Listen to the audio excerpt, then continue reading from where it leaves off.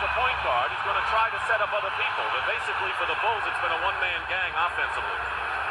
They're playing two-man now, Jordan and Cartwright. Cartwright scores. And one thing Doug Collins said to get more points from other people was to get the ball into Bill Cartwright. Well, in game one in his building, Dick, in the third quarter, when Chicago opened it up, Michael Jordan only scored 2 points in that entire third quarter.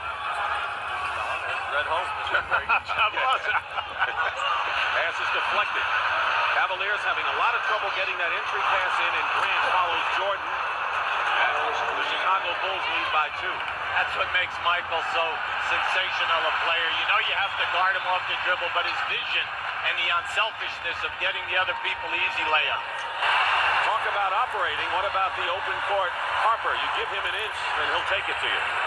Cleveland by 1. Jordan with his first shot of the game, and a driving layup.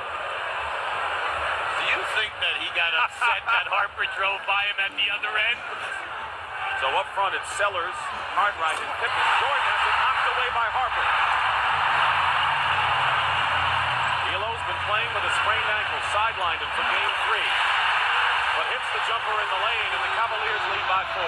Lenny Wilkins loves D'Lo's defense, and even though he came in as a forward, he's playing Michael Jordan, and they moved Harper from a guard position up front to play Scottie Pippen defensively. Jordan goes up and scores. A beautiful play by Michael. He makes it look easy. How about the challenging of every shot so far in the painted area at both ends? And he wants them to because he feels he plays big in the pressure games. But the biggest contribution he can make is defending Jordan, who goes low post against him. He posted Jordan up. But I'll tell you what, D'Lo will fight around any screen and really make Michael Jordan work hard when he has the ball. And Ron Harper, his shadow, also checks in, and a hand for Craig D'Lo as he leads.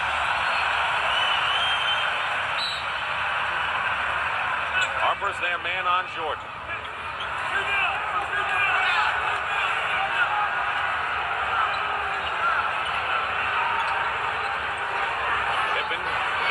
Right now, Jordan scooping his way in with a basket and 9 points for Michael Jordan. He has averaged nearly 39 in the 4 games against the Cavaliers. And this sequence, watch the many moves of Michael Jordan in this position. First, he's going to step back off the pick by Dave Corzine. Now on the catch of the basketball, notice the head fake. And now as he goes to step up into the area, Tree Rollins is going to cut him off. But then you'll see the dipsy-do move up, step through, and now the scoop shot. Now all he did was give us about 4 little moves that time, and he made it all look very easy. Yes, he did. Cavaliers led by 4 after 1 period. Even getting their points from the guard position. A block by Cartwright. Fine play, a 3-on-1 break. Hodges back to Jordan. Jordan misses a slam out of bounds, and it'll be Cleveland's ball.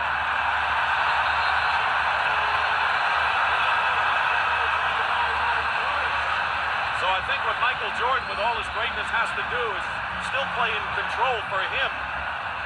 Well, this was an excellent pass back. You just don't see Michael. How many times in the course of a season you ever see him miss a power dunk?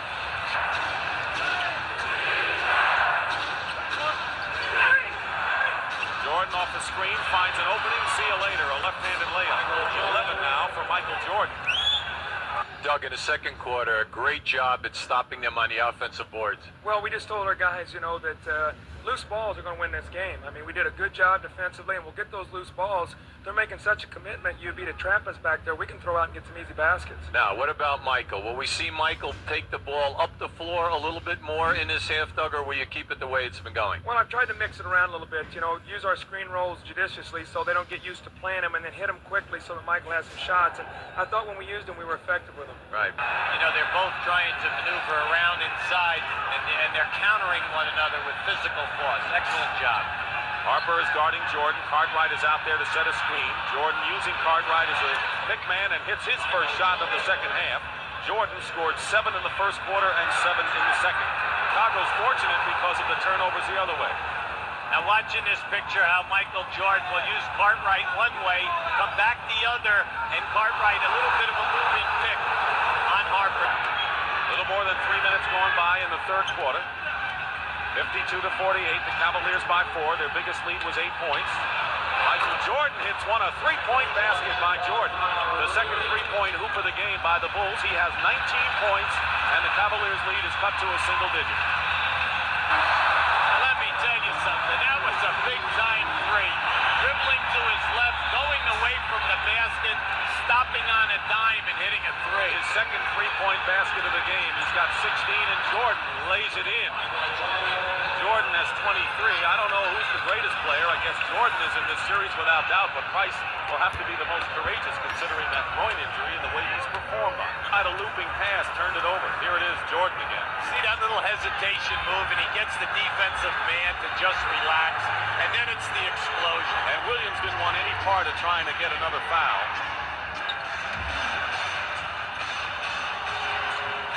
Just trying to post up against Price for the moment. Now comes out. Now posting up is Jordan against Harper. Great turnaround move by Michael. He has 25 points, 11 here in the third. Chicago comes close. Price hit the three. Jordan wide open.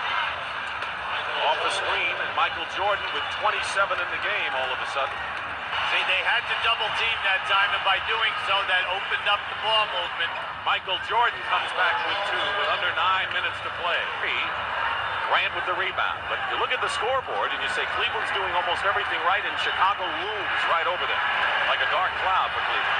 Here's your high pick and roll. Cartwright setting the pick. Jordan gets the roll this time, and Michael Jordan has 33 points. From now to the end, that play is almost unstoppable. They're getting something good out of it every time. Or he gets fouled going to the hoop, and you know that Jordan is going to be the king down the line.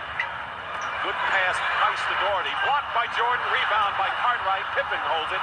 Michael Jordan came out of nowhere to swat that short stuff shot attempt by Doherty away. Nearly 7 minutes to go, and the Bulls are looking for their first lead since mid-first quarter. Jordan finds an opening. Banks it in, and Michael Jordan with 35, and Lenny Wilkins. Cavaliers, who have led most of the way, now trail by 2. See, in that situation, the center cannot play Jordan. He just takes it out. He lets him come out and switch it, and he beats him off the dribble. Let's take a look at Michael Jordan on the foul line. We realize that he's missed some big ones today, but you notice how he is off the foul line area. He's almost back about a foot from the foul line. And it's interesting because we have never seen him do that before. The Chicago Bulls last year lost to Detroit in 5 games in the conference semifinals. They had not gotten beyond the first round in 3 previous playoff appearances. The Cavs got to the Eastern Finals way back in '76, 13 years ago, and since then 4 times they've been out in the first round. Someone will advance today with 3:57 to go, tied at 88.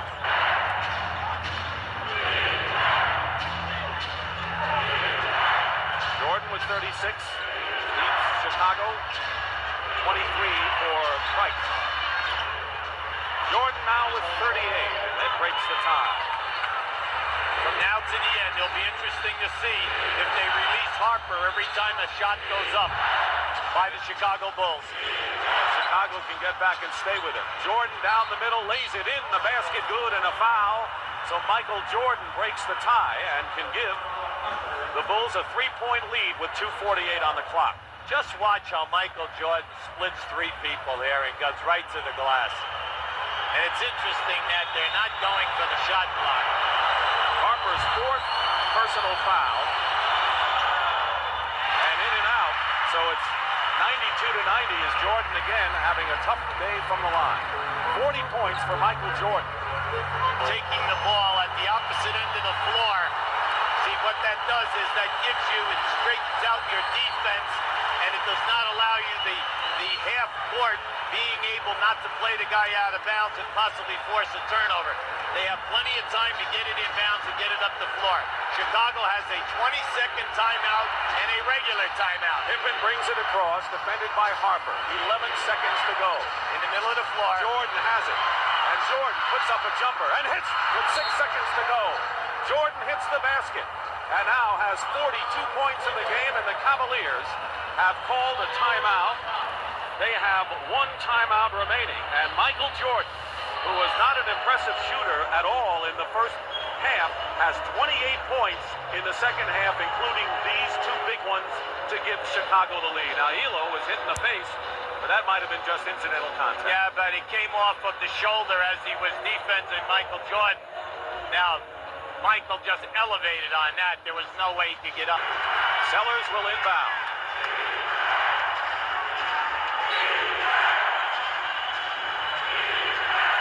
Sellers has Jordan. Jordan with 2 seconds to go. Puts it up. It's good at the buzzer. Michael Jordan has won it for Chicago.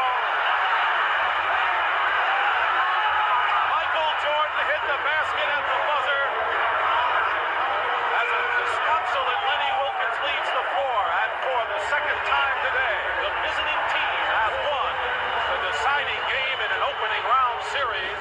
And the Chicago Bulls will move on to play the New York Knicks in the best of 7. Right now, let's go right over to JB with Michael Jordan. Michael, now I thought you weren't supposed to be feeling so well coming into today's game. You know, a lot of people put a lot of pressure on me, and I still couldn't concentrate and make my free throws. But I didn't have to take a free throw on the last shot. It was a shot. I felt comfortable. We came in, we stuck tough.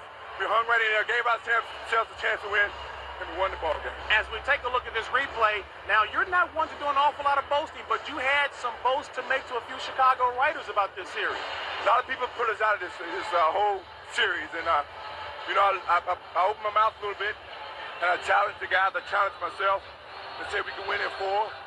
But we didn't win in 4, we won in 5. I don't care how many we won in, we won, and that's all that counts. My last question, there's a pregame ritual that you go through, you're back in the locker room by yourself, there's a song that plays, and you said that was going to be your theme. What's that song that you listen to? Anita Baker, Give It Your Best. Just go out and give it your all. And that's what I did. I felt that, you know, we had to go out and play. You know, the pressure was not on us, it was on them. We've beaten them here before. We just wanted to duplicate that again, and we did it. And the Big Apple waits for you. We're going to New York, baby. All right, and the song was called by Anita Baby.